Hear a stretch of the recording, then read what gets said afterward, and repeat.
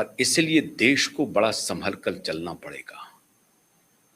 सरकार से जो गलतियां हुई हैं, वो कहीं कोई ट्रिगर पॉइंट न बन जाए और मामला किसी दूसरे रास्ते पर न निकल पड़े, इसलिए सरकार को चाक चौबंद रहना पड़ेगा।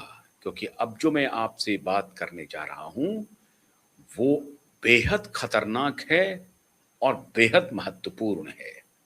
लेकिन चर्चा की शुरुआत करने के पहले मैं आपसे फिर अनुरोध कर रहा हूं कि आप हमारे चैनल को सब्सक्राइब कीजिए, जिन्होंने नहीं किया है ज़रूर कीजिए। हमारे फेसबुक पेज को फॉलो कीजिए, हमारे एक्स हैंडल को फॉलो कीजिए और हमारा जो ओटीटी प्लेटफॉर्म है QY.in अंग्रेजी में उसे फॉलो कीजिए और प्रकाश TV.in हिंदी में उसे भी जरूर फॉलो कीजिए। अब महत्वपूर्ण जो चर्चा है उसकी शुरुआत करते हैं।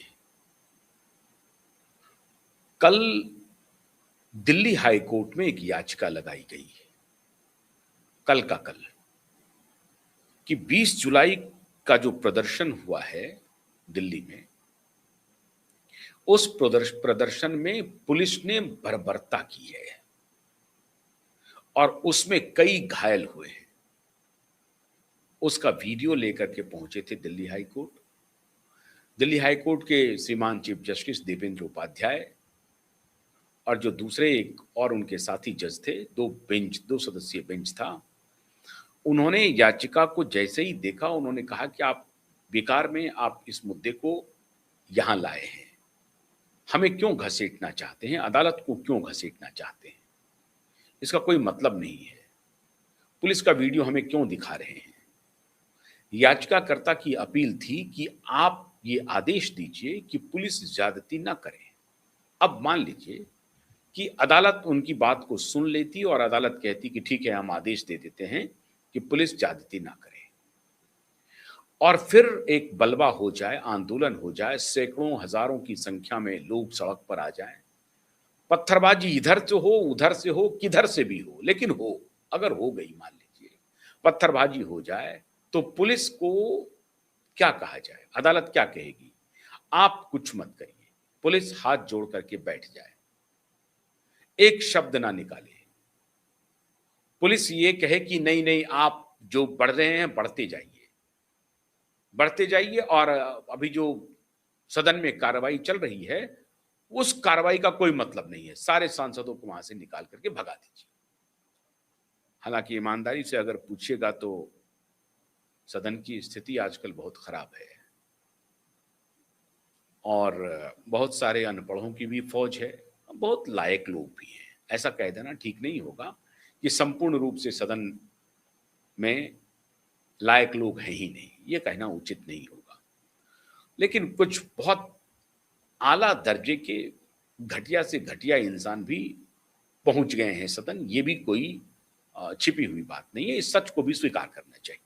तो दोनों बातें हैं, लेकिन इसका यह कतई मतलब नहीं है, इस सब की चर्चा हो सकती है, जनतांत्रिक तरीके से चर्चा हो सकती है चुनाव में अब फिर कहेंगे कि चुनाव में जाइए, चुनाव की रणनीति अलग होती है, वो अलग विषय है, उस पर फिर लंबा डिबेट हो जाएगा।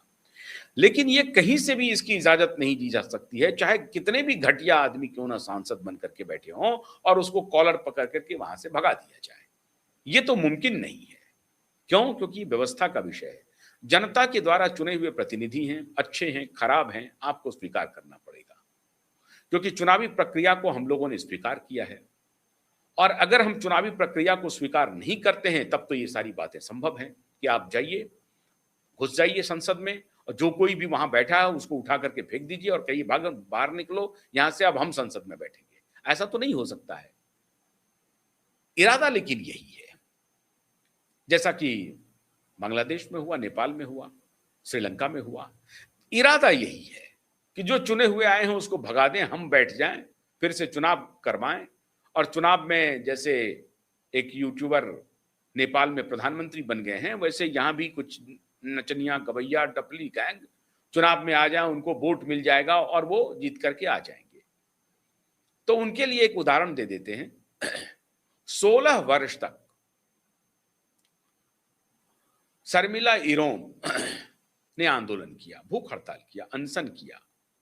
प्रशासन ने ऑल्टरनेट व्यवस्था किया उनको खाना फीड देने के लिए।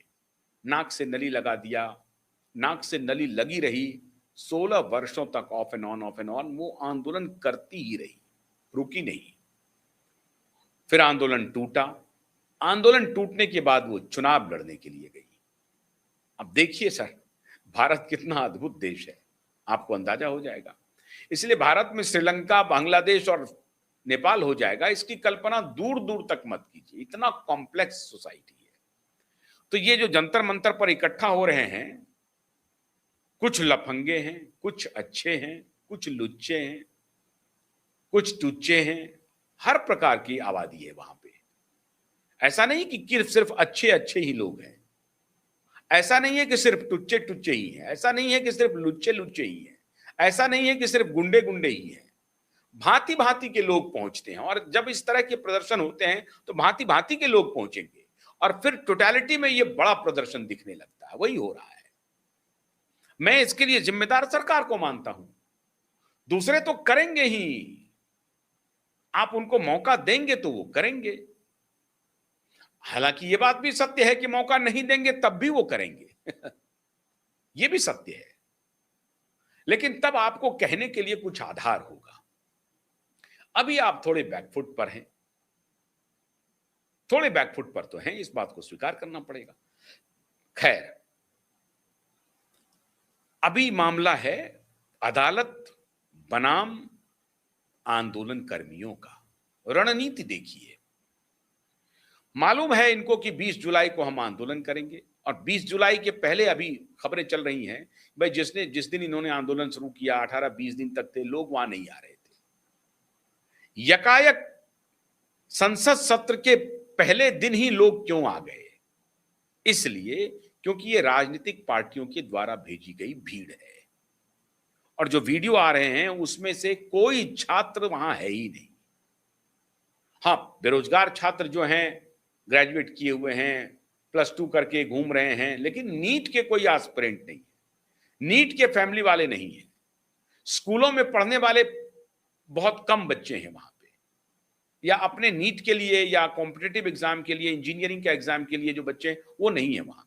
अगर वो होते तो ये माना जाता कि यह आंदोलन वाकई में बच्चों का है, स्टूडेंट का है, कॉलेज के स्टूडेंट का है। ऐसा नहीं है। इस आंदोलन के आड़ में कुछ और खेल चल रहा है, और ये चल रहा है, और ये चलेगा, चलना भी चाहिए। क्यों नहीं चलना चाहिए? क्योंकि आप भी ये पहले करके आए हैं। आपने भी किसी समय में कहा था 35 रुपए तेल हम बेचेंगे, याद है ना? रुपए की